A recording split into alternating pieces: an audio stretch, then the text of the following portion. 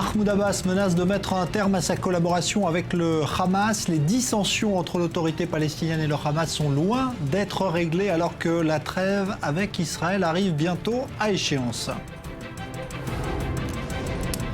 Barack Obama annoncera mercredi son plan de lutte contre l'État islamique, mais les États-Unis n'envisagent pas de troupes au sol.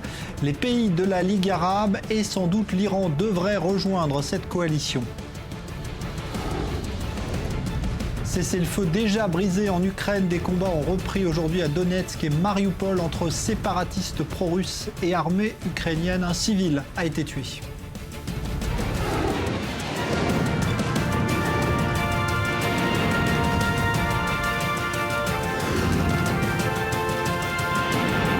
Le Grand Direct avec Jean-Charles Banou. Bonsoir à tous. Les dissensions sont donc loin d'être aplanies ce soir entre l'autorité palestinienne et le Hamas. Et si tout cela conduisait, scénario du pire, on va en parler, à une reprise des hostilités entre le Hamas et Israël dans quelques jours. Car on le sait, la trêve qui a été conclue est prévue pour un mois, sous réserve que des négociations s'engagent au Caire, ce qui est prévu donc dans quelques jours. On va en parler, on va évoquer tout cela. Bonsoir Zvi Mazel. Bonsoir. Bienvenue, vous êtes ambassadeur d'Israël, ancien ambassadeur au Caire notamment, et vous connaissez donc bien tous les interlocuteurs de ce dossier. Bonsoir Daniel Haïk, Bonsoir, analyste politique sur i24 News. Scénario du pire, faut-il l'envisager? Ce soir, on en parle.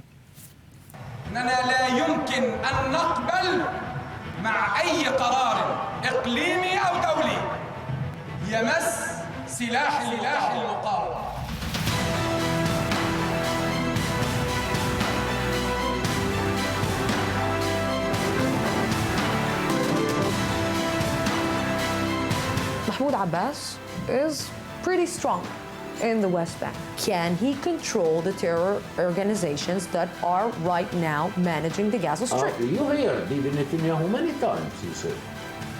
We don't want to why this government, terrorism, etc., all these things. Why? Because the Palestinians want to be united.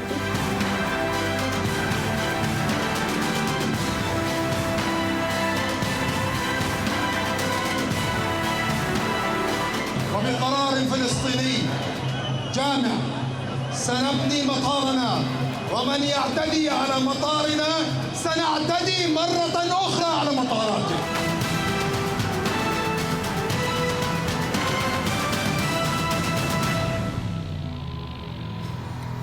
Voilà donc pour cette situation qui pourrait donc de nouveau s'envenimer. On pensait à la trêve conclue pour une longue période, mais aujourd'hui, plusieurs informations concordantes à la fois en provenance d'Israël et puis de ce qui se passe donc côté palestinien, eh bien, remettent un petit peu au goût du jour l'hypothèse d'une reprise des hostilités. Alors, Zvi Mazel, tout est parti effectivement de propos très agressifs tenus ce week-end par Mahmoud Abbas et encore aujourd'hui au Caire, on va en parler.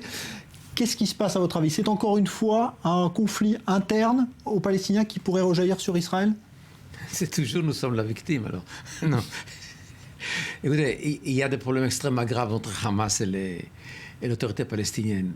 Et puis, Abu Mazen est sorti renforcé de tout cela, de cette confrontation de Gaza finalement. Il a le soutien de l'Égypte, il a aussi le soutien d'Israël, bien entendu. Et les deux côtés voudraient bien le voir à Gaza, dominer Gaza.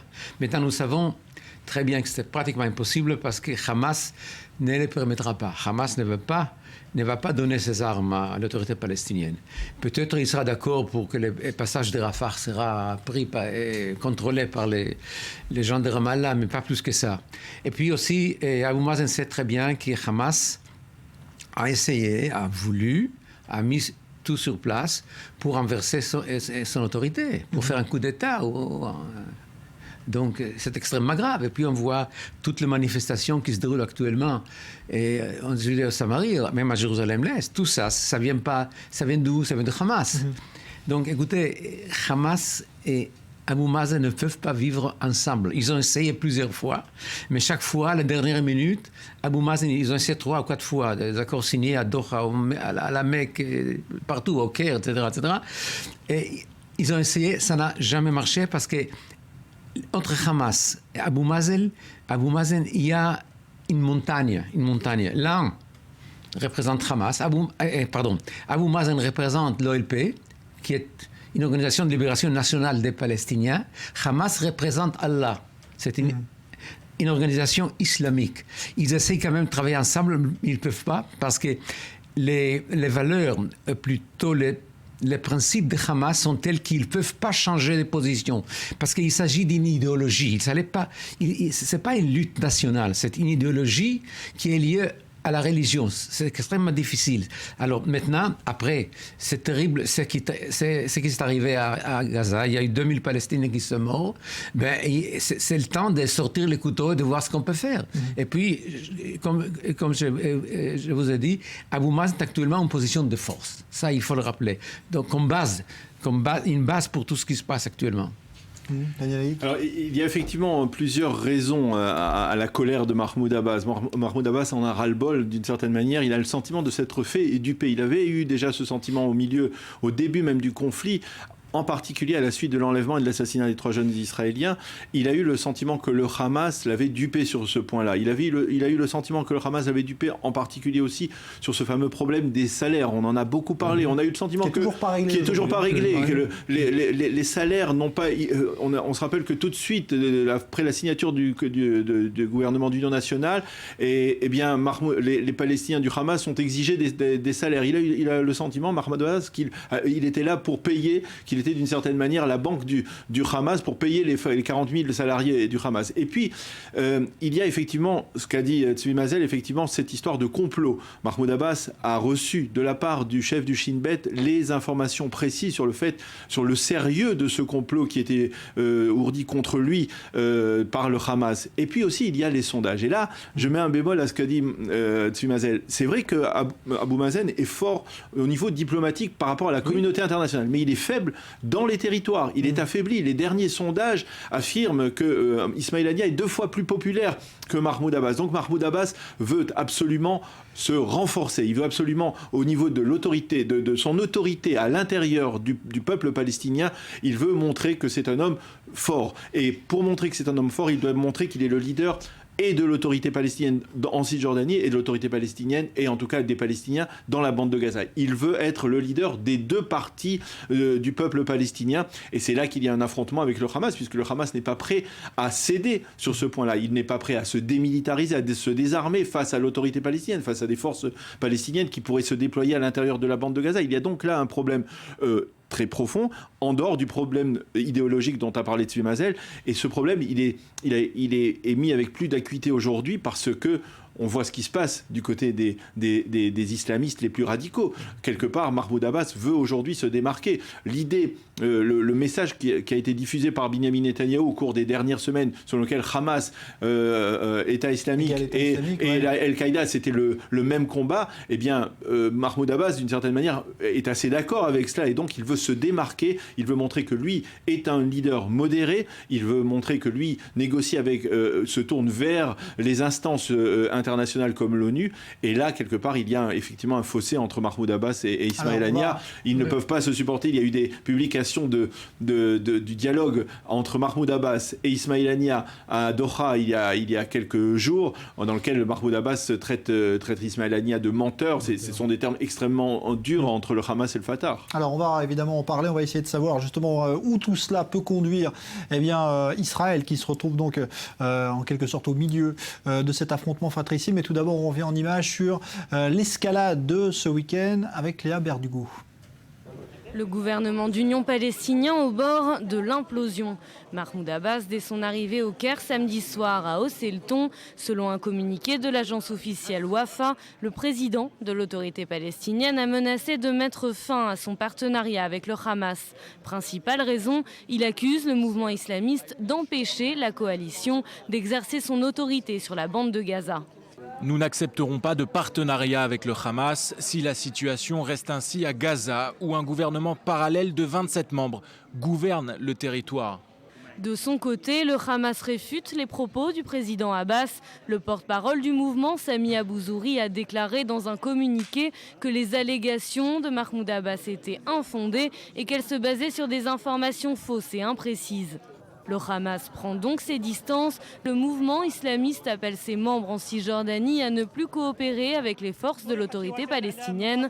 Selon la radio israélienne, le Hamas avait auparavant déclaré que cette autorité palestinienne avait intensifié les arrestations de ses membres et de ses sympathisants en Cisjordanie. Au cours des 10 derniers jours, 40 membres du Hamas auraient été arrêtés par les forces du Fatah.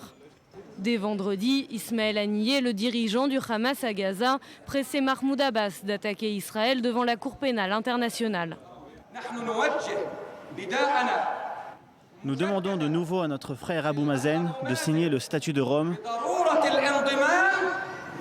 afin d'être en mesure de poursuivre les chefs et les soldats de l'occupation devant la Cour pénale internationale. Il a affirmé par ailleurs ne rien céder sur les capacités de résistance du Hamas dans le cadre des discussions avec Israël.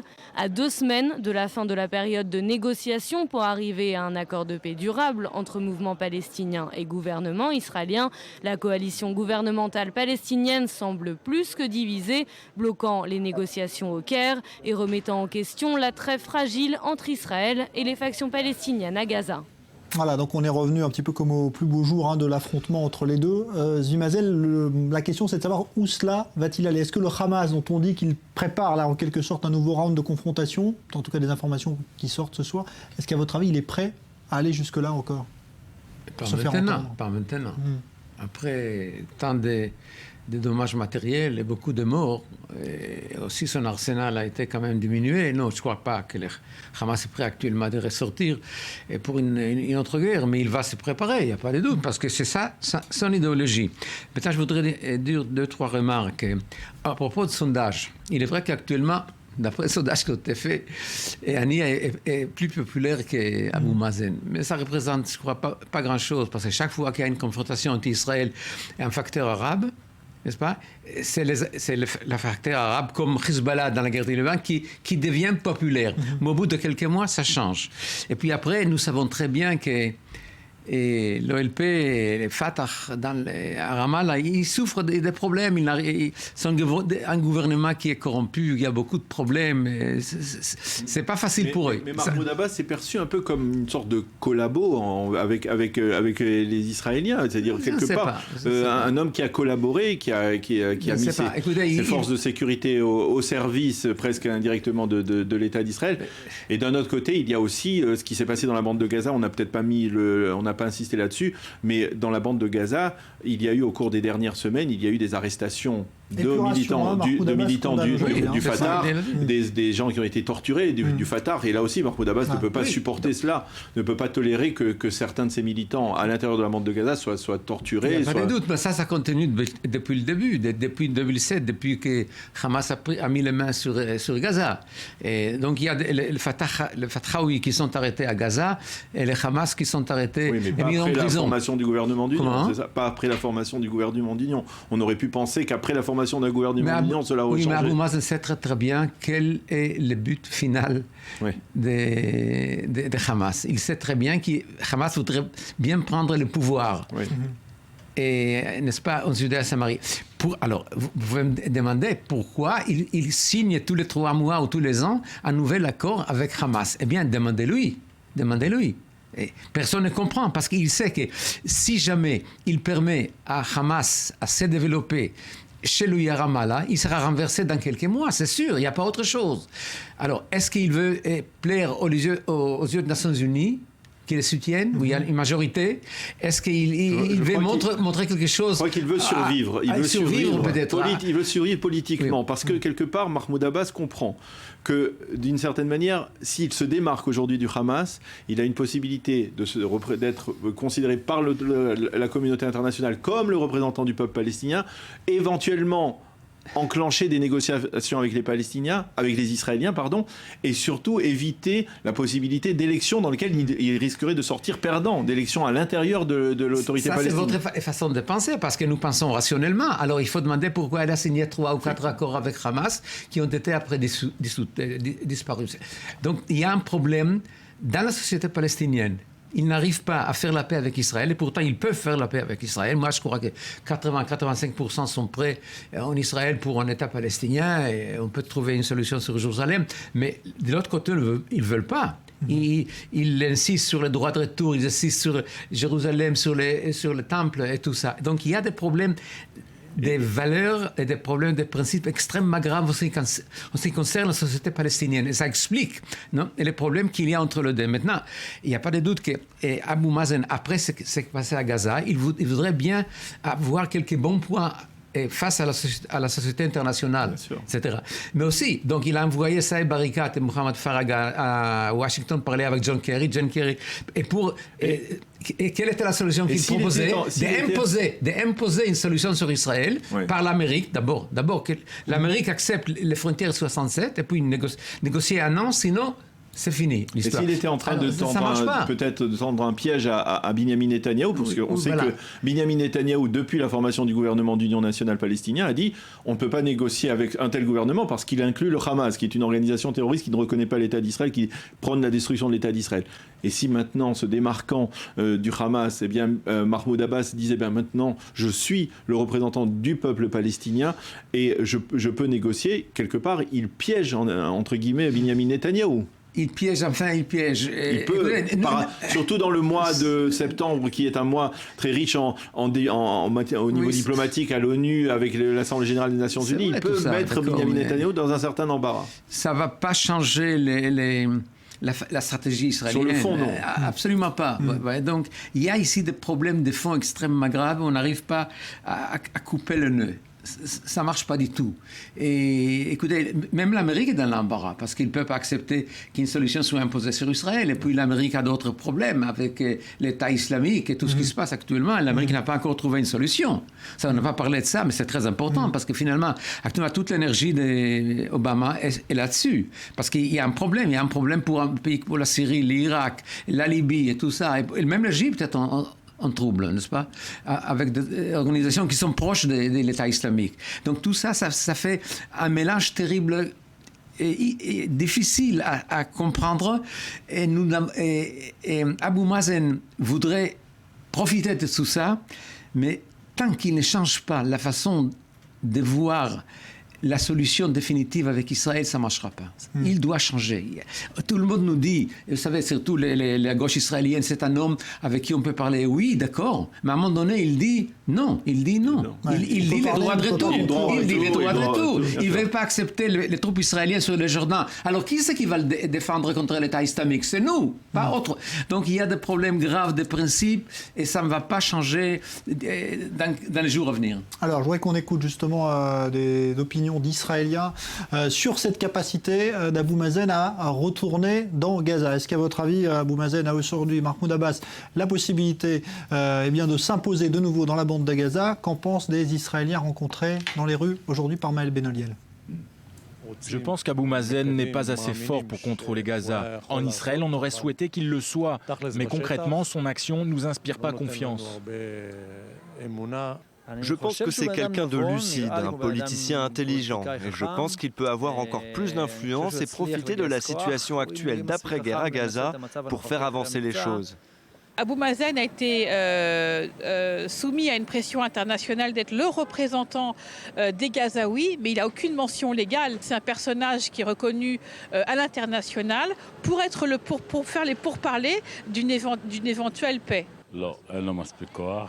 Non, il n'a pas assez de pouvoir. La preuve en est, le Hamas a déjà chassé le Fatah il y a quelques années et qu'il contrôle aujourd'hui la bande de Gaza et les territoires de Cisjordanie, d'après moi. Si Israël considère qu'il faut aider Abou Mazen à faire aboutir certains accords, alors peut-être. Mais s'il est seul face au Hamas, il n'a aucune chance. Voilà le Hamas donc, qui pour l'instant évidemment semble faire pencher la balance en sa faveur dans l'esprit, dans l'imaginaire collectif. On parlait de Jérusalem tout à l'heure, il y a des incidents assez sérieux qui se déroulent aujourd'hui dans Jérusalem-Est. On va vous montrer quelques images d'affrontements entre l'armée israélienne et des manifestants, et ce après qu'un adolescent de 16 ans qui avait été blessé lors de précédentes manifestations le 31 août dernier soit décédé à l'hôpital des suites de ses blessures. Sa tête avait heurté le sol après qu'il qu'il ait reçu une balle en caoutchouc dans la jambe. Et donc, vous voyez que ces clashs qui ont lieu ce soir. Rappelons également que 2 autres Palestiniens ont été arrêtés non loin de Jérusalem avec des cocktails Molotov par l'armée israélienne. Voilà donc pour cette situation. Pas de victimes ce soir donc dans ces incidents à Jérusalem. Alors, Zumazel Danielaïk, on revient sur cette situation du Hamas. Vous parliez d'un problème juridique. Il y a encore un problème très important qu'on oublie. Et Abu Mazen, depuis 1909, il n'est plus un président légal. Parce que les parlements, et les parlements depuis 2010, les parlements de Ramallah. Donc il y a un problème. Est-ce qu'il a des pouvoirs légaux pour le faire? Bien sûr, si jamais on signe un accord, ça sera accepté, mais il y a ici un problème extrêmement grave. Et puis, quelle était une des clauses une clause très importante dans l'accord signé récemment entre Hamas et Ramallah et Abu Mazen, de faire des élections? Mais ces élections n'auront pas lieu à cause de ces problèmes qu'on voit.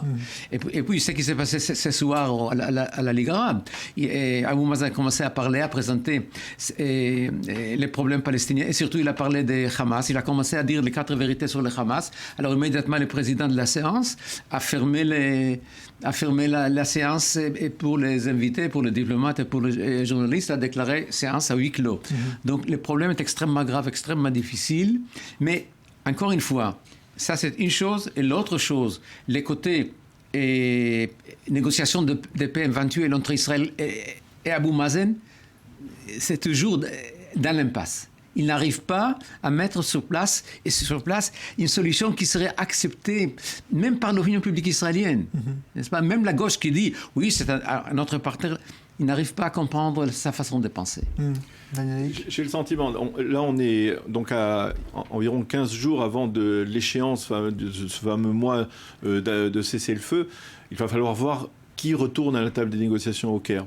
Et il semble, c'est en tout cas ce qu'on a le sentiment ce soir, c'est que Mahmoud Abbas, lui, est prêt à retourner au Caire, mais tout seul, c'est-à-dire sans le Hamas.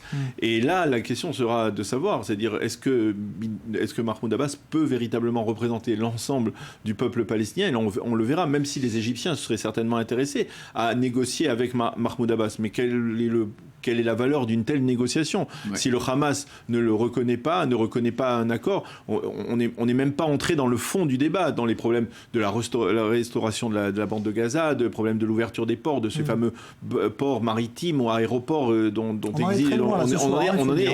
en est extrêmement loin. Qui doit être en charge de la reconstruction de Gaza? Abu Mazen en principe. Parce que celui et encore, il n'y a pas d'accord entre lui et le Hamas. De loin de ça. Et puis, nous avons aussi certaines conditions. Nous voudrons être sûrs que le Hamas ne profite pas de tous ces matériaux pour s'avancer et s'équiper encore une fois.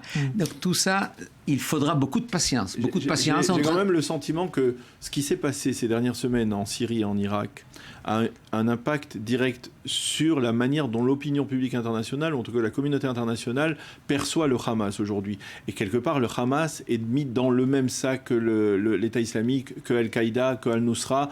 Et à ce niveau-là, Mahmoud Abbas essaye de profiter de cette situation pour se mettre en avant, au détriment donc du Hamas. Et quelque part, le Hamas aujourd'hui, et ça c'est la réalité, le Hamas est de plus en plus isolé. Il est véritablement isolé. Il garde son discours très belliqueux envers Israël. Il garde son discours, il garde ses 2 ou 3 000 roquettes et missiles qu'il peut encore tirer en direction du territoire israélien. Mais tout cela va s'user. Il sait bien que finalement la situation est dramatique. On parle de 7 milliards de dollars de coûts à la restauration de la bande de Gaza, 15 années de reconstruction. Comment le Hamas, dans la situation actuelle, peut encore exiger de la population un nouveau round de confrontation avec l'État d'Israël, est difficile à imaginer. Pas tout de suite, mais dans l'avenir, il y aura probablement un autre round. Ou bien il y a une solution, mais je ne crois pas qu'il y aura une solution pour l'instant. Alors la chaîne de télévision, la deuxième chaîne israélienne, affirme ce soir savoir en tout cas que Mohamed Def, qui avait été visé, on s'en souvient, dans un raid de l'aviation israélienne à Gaza, aurait échappé donc à ce raid meurtrier et serait toujours vivant. Mais bon, il n'y a pas de preuve visuelle pour l'instant. Alors comment ils savent? C'est une information informations de la deuxième chaîne israélienne. On essaiera d'avoir de plus amples informations là-dessus. On devrait rejoindre d'un instant à l'autre à Ramallah notre envoyé spécial Léa Berdugo qui nous donnera un petit peu le sentiment ce soir donc dans le fief de l'autorité palestinienne.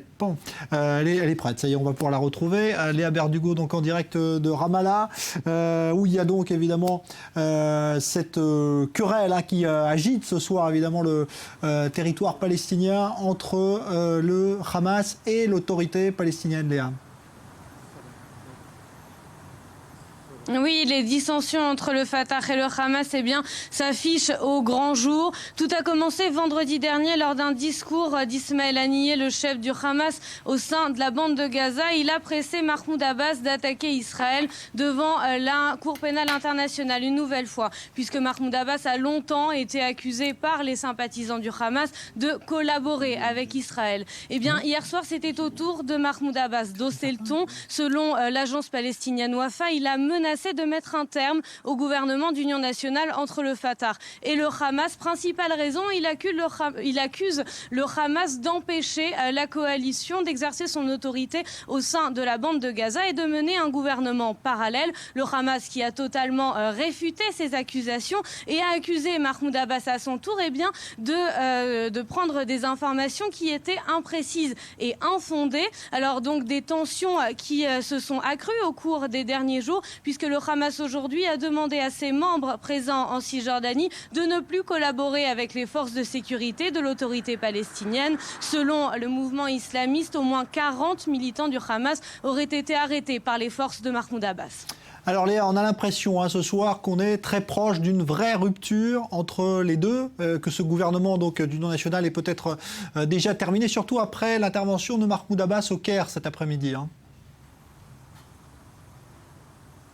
Oui, Mahmoud Abbas qui devait s'exprimer devant les ministres des Affaires étrangères de la Ligue arabe. Au Caire, il devait parler de la situation avec Israël, donc des négociations après le conflit à Gaza. Il s'est également exprimé sur les dissensions avec le Hamas, a même parlé d'un coup d'État. Lorsqu'à un moment, un membre de l'organisation de la Ligue arabe est venu lui dire de stopper son discours jusqu'à ce que les journalistes soient sortis de la salle. Je vous propose de l'écouter.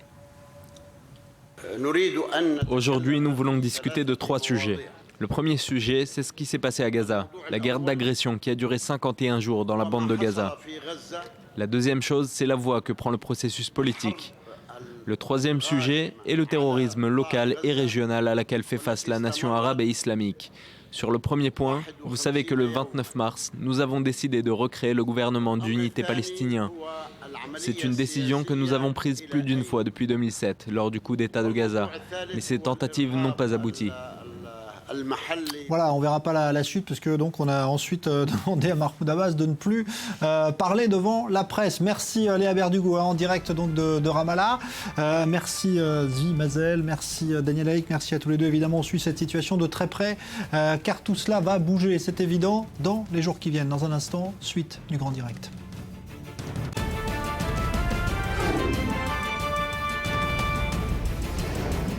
Mahmoud Abbas menace de mettre un terme à sa collaboration avec le Hamas au sein du gouvernement palestinien. Les dissensions entre l'autorité palestinienne et le Hamas sont loin d'être réglées alors que la trêve avec Israël arrive bientôt à échéance. Barack Obama annoncera mercredi son plan de lutte contre l'État islamique, mais les États-Unis n'envisagent pas d'envoyer des troupes au sol. Les pays de la Ligue arabe et sans doute l'Iran devraient rejoindre la coalition. Cessez-le-feu déjà brisé en Ukraine où des combats ont repris à Donetsk et Mariupol entre séparatistes pro-russes et armée ukrainienne. Aujourd'hui, un civil a été tué.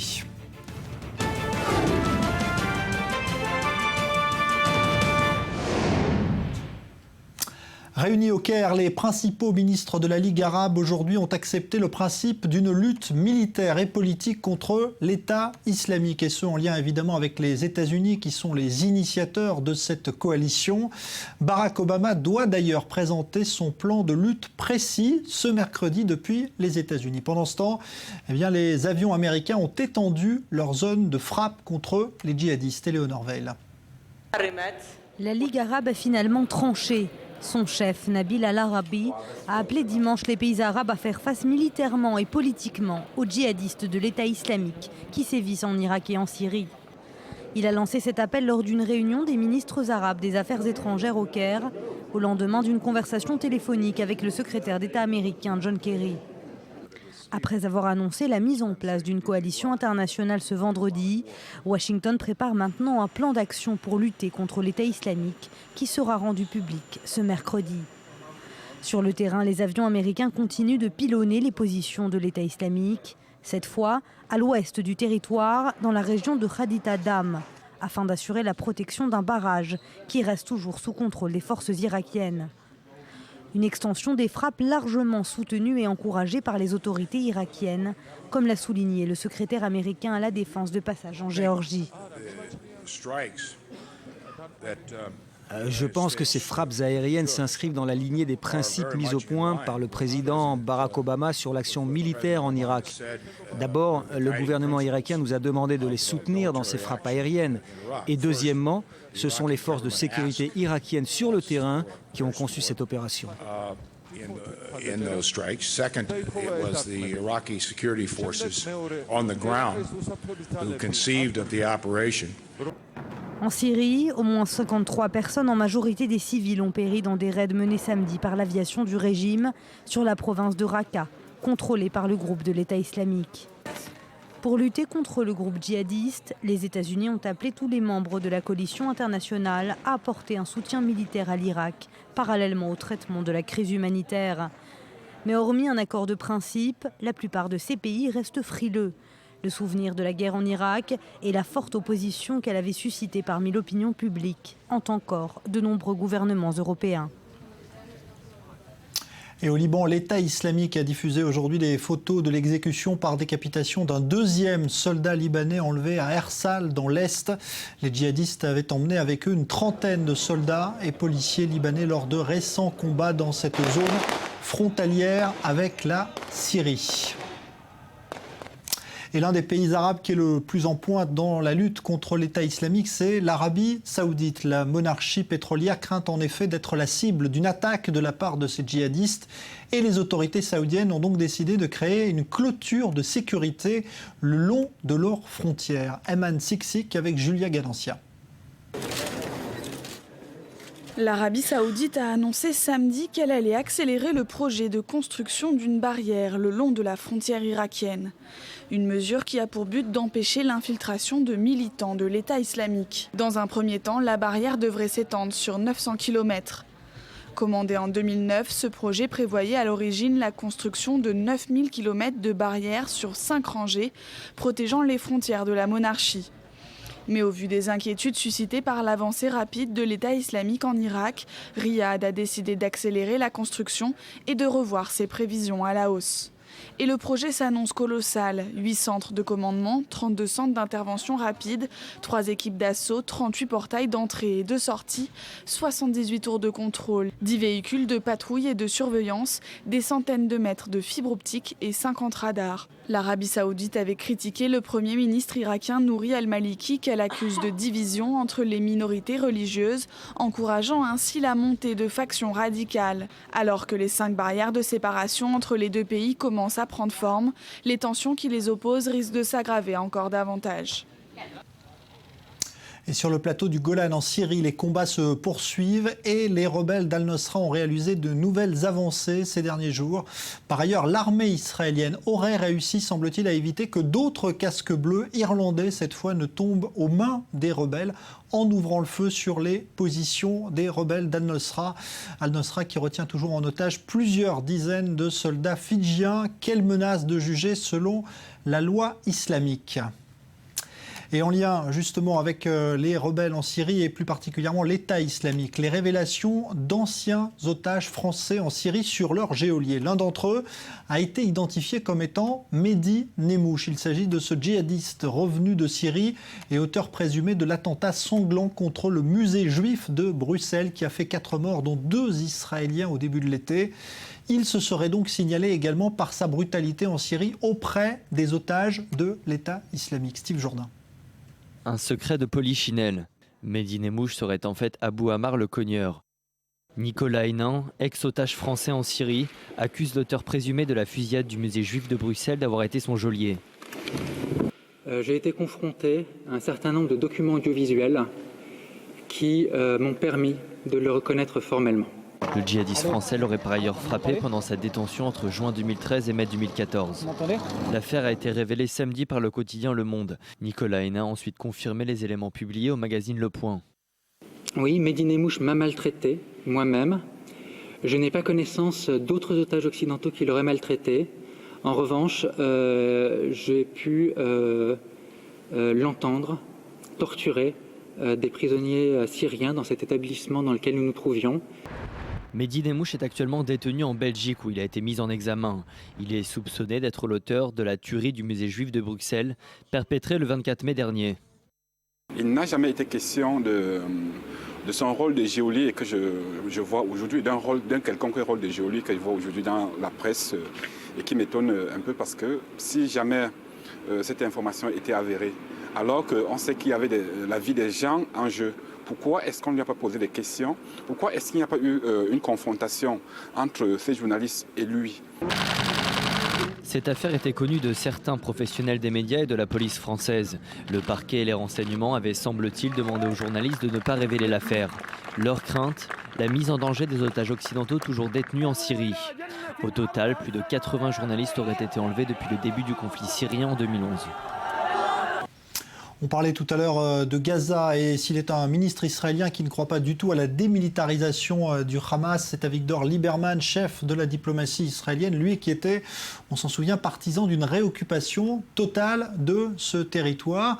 Il ne souhaite, semble-t-il, pourtant pas provoquer de conflit avec l'actuel chef du gouvernement, Benjamin Netanyahou. On va en parler avec vous, Dran Reven-Sapir. Bonsoir, analyste politique sur I24 News. Alors c'est vrai qu'après le cessez-le-feu et à la fin de cette guerre, on se disait le gouvernement ne tiendra pas. Finalement, c'est un autre scénario ?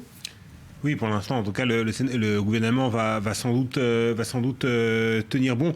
Mais ce qui est intéressant, lorsqu'on analyse les propos tenus par Avigdor Lieberman, le ministre des Affaires étrangères, et également chef de parti, il ne faut pas l'oublier, chef du parti Israël Beitenou, l'une des composantes de la coalition dirigée par Benjamin Netanyahou, eh bien, ce qui est intéressant, c'est que Avigdor Lieberman, en exprimant son pessimisme sur la possibilité de désarmer ou d'empêcher un réarmement du Hamas, et les dernières informations semblent plutôt aller dans son sens, puisqu'on a appris par la bouche d'un responsable anonyme haut placé en Israël que le Hamas reprenait ses activités de construction de tunnels et aussi de fabrication de missiles. C'est pas étonnant en soi que le Hamas se livre à ce genre d'activité, mais en tout cas, ce qui est intéressant, c'est qu'Avigdor Lieberman, en réexprimant donc son pessimisme sur la situation dans ce contexte de la lutte de la confrontation entre le Hamas et Israël, il adresse une pique, bien évidemment, à son Premier ministre et ancien allié politique, à savoir Benjamin Netanyahou. Alors il y a d'autres ministres dans ce gouvernement qui eux aussi pouvaient peut-être avoir des envies d'en découdre avec Netanyahou. On pense à Tzipi Livni, à Yair Lapid. C'est intéressant parce qu'on pense maintenant à ces gens-là. Effectivement, on évoque Tzipi Livni et Yair Lapid, les deux leaders centristes ou centre-gauche, donc l'aile la plus modérée en quelque sorte du gouvernement actuel. Et on parle moins de Naftali Bennett qui s'est fait un peu plus discret. Pourtant, Naftali Bennett, le leader de l'aile droite du gouvernement, le parti du foyer juif, tout au long de la campagne contre le Hamas, il n'a pas été avare de critiques vers la manière dont cette campagne a été menée par Benjamin Netanyahou et par son ministre de la Défense, Ya'alon. Et là, il se fait très discret, on parle d'un nouvel axe politique, d'une nouvelle alliance peut-être entre Benjamin Netanyahou et Naftali Bennett. Et qui sont les perdants de cette nouvelle alliance? Bien évidemment, l'aile gauche du gouvernement, Tzipi Livni et son petit parti Atnoua, et Yair Lapid et le parti Yesh Atid, le parti centriste, qui semble coopérer davantage que par le passé. Et j'en veux pour preuve cette information qui a été révélée aujourd'hui sur une proposition de loi qui devrait qui est déposée conjointement par des députés du parti de Lapid et du parti de Livni Livni et qui aurait pour but de reconsidérer totalement la manière dont le Shabbat, la journée du repos, l'équivalent du repos dominical, est vécu en Israël avec des autorisations d'ouverture de salles de spectacle, de centres aérés, etc. et même de certaines administrations, ce qui n'était bien évidemment pas du tout le cas auparavant et ce qui bien évidemment ne plaît pas à Naftali Bennett et aux membres de son parti. Avigdor Lieberman tout à l'heure, dans sa conférence de presse, il a dit que ce n'était pas les questions politiques, diplomatiques, sécuritaires qui pouvaient éventuellement mettre en danger la coalition gouvernementale actuelle, mais des questions internes, sociales et des questions qui ont trait au rapport entre la religion et l'État. Merci beaucoup, Dror. Evan Sapir, analyste politique. Nouveaux incidents à Istanbul, en Turquie, où la police a fait usage de gaz lacrymogène pour disperser des manifestants sur le site d'un chantier où 10 ouvriers ont trouvé la mort la semaine dernière. En cause, la chute d'un ascenseur. À l'origine de ce drame, les manifestants protestent donc contre le manque de sécurité sur les chantiers en Turquie.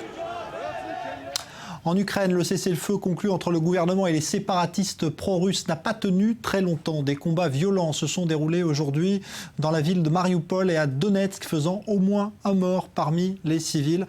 La sortie de crise semble donc s'éloigner de plus en plus, malgré les espoirs suscités vendredi dernier. Leslie Rezoug.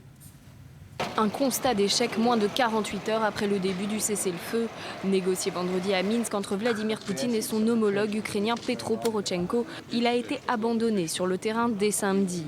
Aux abords de l'aéroport de Donetsk et à Lugansk, des tirs d'artillerie ont été entendus. Une violation de l'accord qui prévoyait notamment le retrait des groupes armés et des combattants du territoire ukrainien. Ce dimanche, une femme a été tuée par des tirs à Mariupol. C'est la première victime depuis le début de la trêve. Les checkpoints sont également toujours contrôlés par les forces de Kiev. Et pour les habitants, la situation est loin de s'être améliorée.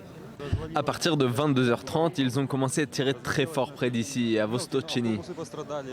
Les fenêtres vibraient, ça a déclenché les alarmes des voitures. C'était comme Noël, mais 300 fois plus fort. Voici le résultat. C'est donc une nouvelle victoire pour les insurgés pro-russes, car si sur le terrain les combats ont repris, les termes du cessez-le-feu prévoient notamment un statut particulier pour les régions séparatistes et des élections à Donetsk et à Lugansk. Alors qu'un scénario semblable à celui de la proclamation d'autonomie de la Crimée se profile, les Européens comptent bien maintenir leurs sanctions contre Moscou. Ils l'accusent d'entretenir le conflit et de porter atteinte à la souveraineté de l'Ukraine. Ces nouvelles mesures de rétorsion, économiques notamment, devraient être adoptées formellement par l'Union européenne dès lundi. Il semble donc que le cessez-le-feu ne soit pour le moment qu'un accord de principe, sans réels effets sur le terrain. À quelques jours du référendum sur le statut de l'Écosse, pour la première fois, un sondage donne la majorité aux partisans de l'indépendance de cette province du Royaume-Uni. Du coup, l'enjeu de ce scrutin prend une importance accrue et les appels à la mobilisation s'intensifient. Joseph Emmanuel. Le 18 septembre, l'Écosse connaîtra l'un des scrutins les plus importants de son histoire. Un référendum qui décidera si, oui ou non, cette nation du Royaume-Uni doit recouvrer son indépendance. Principaux enjeux, l'économie et les grandes interrogations des Écossais se portent sur l'influence qu'aurait leur nation indépendante dans un monde globalisé. L'un des points de vue est que les grands États gouvernent le monde et que les petits États doivent subir et suivre l'exemple des grands. C'est assez vrai puisque plus vous êtes petit, plus vos ressources sont limitées et plus vous avez à coopérer avec d'autres États pour avoir de l'influence.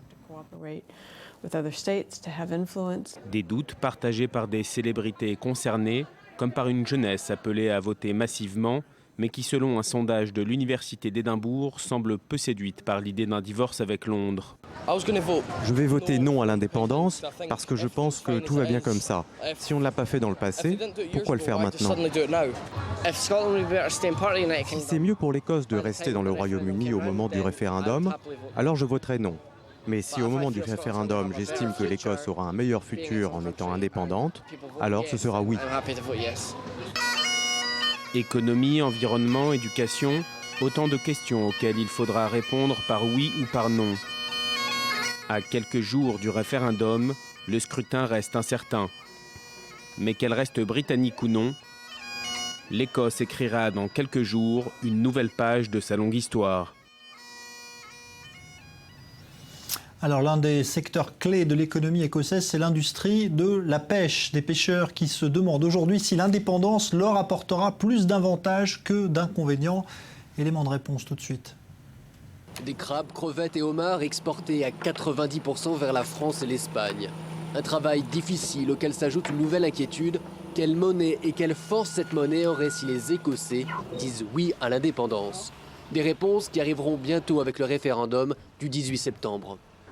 Je pense que sur le long terme, ce sera probablement mieux. Mais il reste quelques questions sans réponse sur la monnaie et comment ça va marcher. Les incertitudes sont nombreuses au marché aux poissons de Peterhead, le plus gros d'Europe pour certains poissons blancs. D'ici sortent chaque jour près d'1 million de caisses à destination de l'Europe, mais aussi l'Angleterre. La différence entre envoyer du poisson en Angleterre et en envoyer en France, il y a une grosse différence de paperasserie concernant les formulaires que l'on doit remplir pour la France et s'assurer que tout est correct. Il n'y a rien de cela actuellement pour l'Angleterre. Si ça devient une réalité, il y aura beaucoup plus de paperasserie, etc. L'industrie de la pêche est plus importante en Écosse que dans le reste de l'Angleterre. C'est pourquoi les indépendantistes ont choisi ce terrain de bataille. Ils accusent Londres d'avoir bradé leur quota européen. Peterhead a vu sa flotte fondre de 75% en 20 ans. De 120 bateaux, il ne reste plus que 30. Je dirais que ça serait un nouveau départ et ça ne va pas être facile. Je réalise entièrement ça. Mais je pense qu'il y a des opportunités pour nous d'aller de l'avant dans cette industrie. Personne ne sait combien de temps l'Écosse mettra à rejoindre l'Union européenne, ni ce qu'il adviendra de ses quotas de pêche. Si le oui à l'indépendance l'emporte, les pêcheurs écossais largueront les amarres vers une mer d'incertitude. Voilà, référendum le 18 septembre, ça nous amène tout droit à l'économie.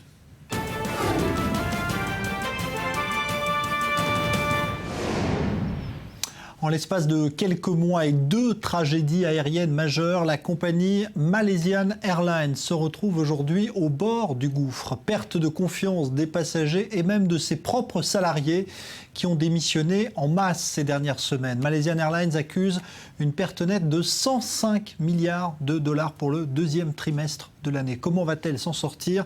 Johanna Citruc.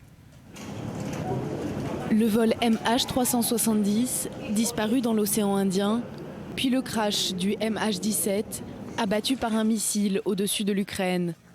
2 catastrophes aériennes à quelques mois d'écart pour la Malaysia Airlines. Résultat, les voyageurs ont peur de voler avec cette compagnie. Le nombre de réservations dégringole. Au 2e trimestre, la société accuse une perte nette de plus de 300 millions de ringgit, près de 95 millions de dollars. Pour limiter les dégâts sur l'ensemble de l'année, Malaysia Airlines décide de supprimer 6 000 emplois. Nous estimons que nos employés seront environ 14 000 après le licenciement de 6 000 personnes. Autrement dit, il s'agit d'une réduction de 30% de nos effectifs sur 20 000 travailleurs initialement. Mais cette réduction des effectifs n'est qu'une étape d'un plus vaste plan de restructuration, estimé à 6 milliards de ringgit, un peu moins de 2 milliards de dollars. Vendredi, le cours des actions de Malaysia Airlines a été suspendu. Un nouveau PDG sera nommé avant la fin de l'année et le fonds d'investissement public Khazanah Nasional, qui possède 69% du capital de la compagnie, rachètera les 30% restants. Objectif, regagner la confiance des consommateurs. Il y a une multitude de problèmes liés à la flotte qui est assez vieille et à l'offre de nos produits qui est dépassée. Ils essayent de corriger ça, mais ça risque de prendre au moins 1 an supplémentaire. Par ailleurs, les employés sont excédés parce qu'ils sont moins nombreux, que la communication et l'organisation sont moins efficaces que dans les autres compagnies. Des employés excédés et apeurés. Le 22 août dernier, pas moins de 186 personnels de cabine ont quitté la Malaysia Airlines. Tous ont évoqué des raisons de sécurité. On passe au sport tout de suite.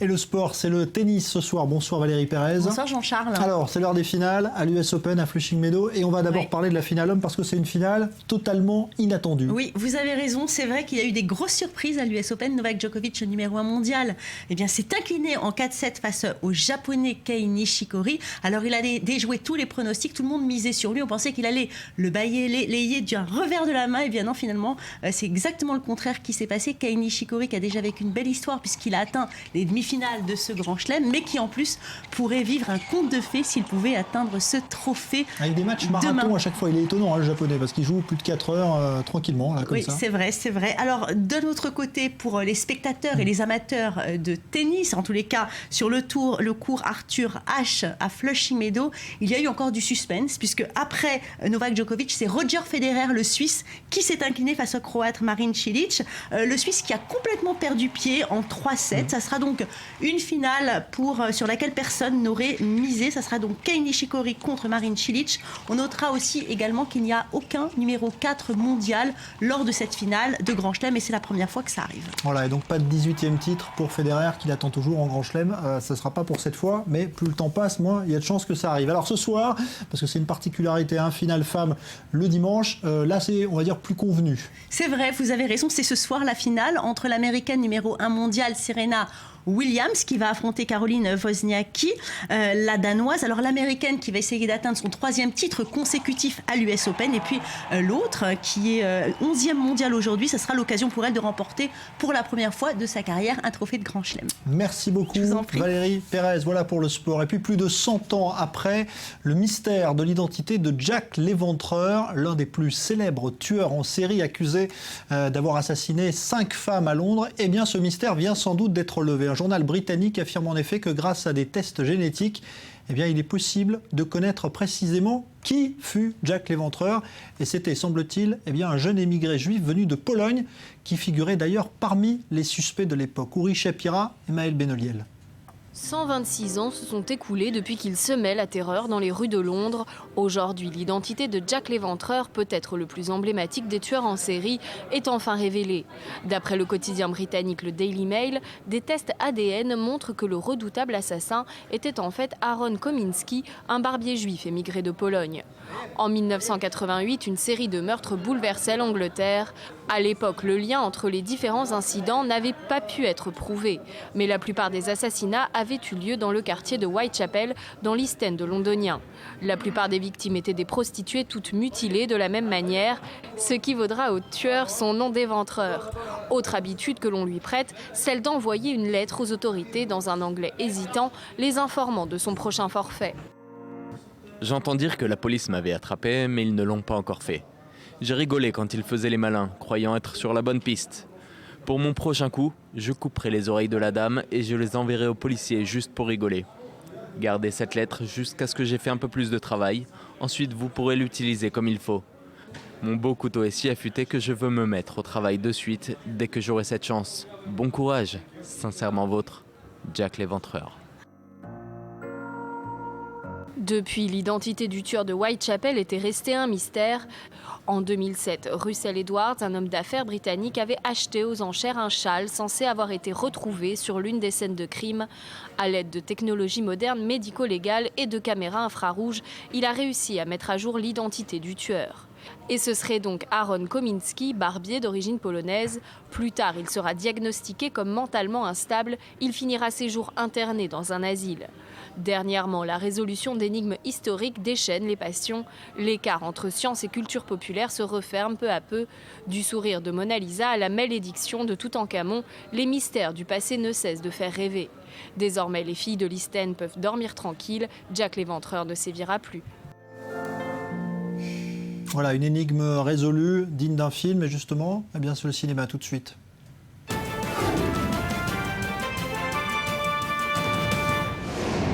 Ah oui, je sais que vous appréciez mes transitions. Laetitia Lorény, bonsoir. Alors, on va parler avec vous de la Mostra de Venise qui s'est terminée avec là un palmarès surprenant. Tout à fait, Jean-Charles. C'est vrai que quand on dit le gagnant d'un festival, on a l'impression que ça va être un film un petit peu intello, un film un peu long, un film un peu... pas le genre de film qu'on a envie de voir avec toute sa famille. Eh bien, c'est le cas de cette Mostra de Venise. C'est le Suédois Roy Andersson qui remporte le titre, le Lion d'Or. Le titre, déjà, enquiquinait un petit peu les critiques du monde dû à sa longueur et à sa difficulté à retenir.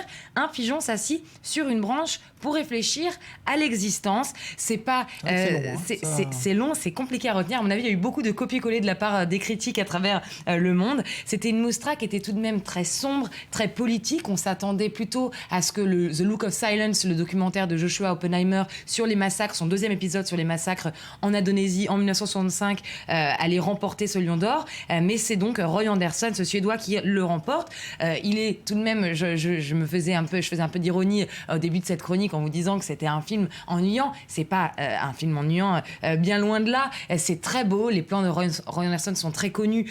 C'est pas comme Wes Anderson, il faut pas confondre avec Wes Anderson, même si sur leurs plans, ils sont assez similaires. Roy Andersson fait des plans qui ressemblent à des tableaux. C'est l'histoire, dans ce film, il explore la condition humaine dans toute sa diversité à travers les yeux d'un vendeur d'articles de fantaisie et de son ami atteint de légers troubles psychologiques. Voilà pour cette Mostra de Venise. Bon, voilà pour le Lion d'Or. Alors on va maintenant passer à un autre festival, c'est Deauville, en France. Oui, puisque voilà, c'est la saison des festivals. Venise vient de se terminer. Il y a Toronto en ce moment et aussi Deauville qui célèbre ses 40 ans d'existence. Et cette année, on met à l'honneur les plus grands, à commencer par James Cameron, le réalisateur de Avatar et de bien évidemment Titanic, mais aussi l'honneur à ces stars hollywoodiennes disparues il y a quelques semaines, on s'en rappelle, Robin Williams et Lauren Bacall. La salle entière s'est levée pour faire honneur à l'acteur disparu qui nous manque à tous déjà beaucoup. Côté interprète, l'édition 2014 met à l'honneur l'actrice Jessica Chastain qui a été remarquée pour ses performances dans Zero Dark Thirty comme dans The Tree of Life, mais aussi le comique Will Ferrell qui est à l'honneur cette année, qui a gagné sa notoriété en jouant dans des films parodiques. Voilà pour Deauville. Merci beaucoup Laetitia Lorénie. Voilà donc pour le cinéma. Dans un instant, le débat du Grand Direct.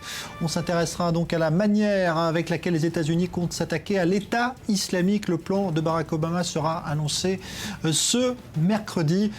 On en parle évidemment dans un instant avec nos experts et puis on aura vos réponses à la question qui vous était posée sur le sujet. Les images de Ramallah en direct pour terminer, puisque c'était le gros titre ce soir. La crise qui est ouverte de nouveau entre le Hamas et l'autorité palestinienne. On se retrouve dans un instant.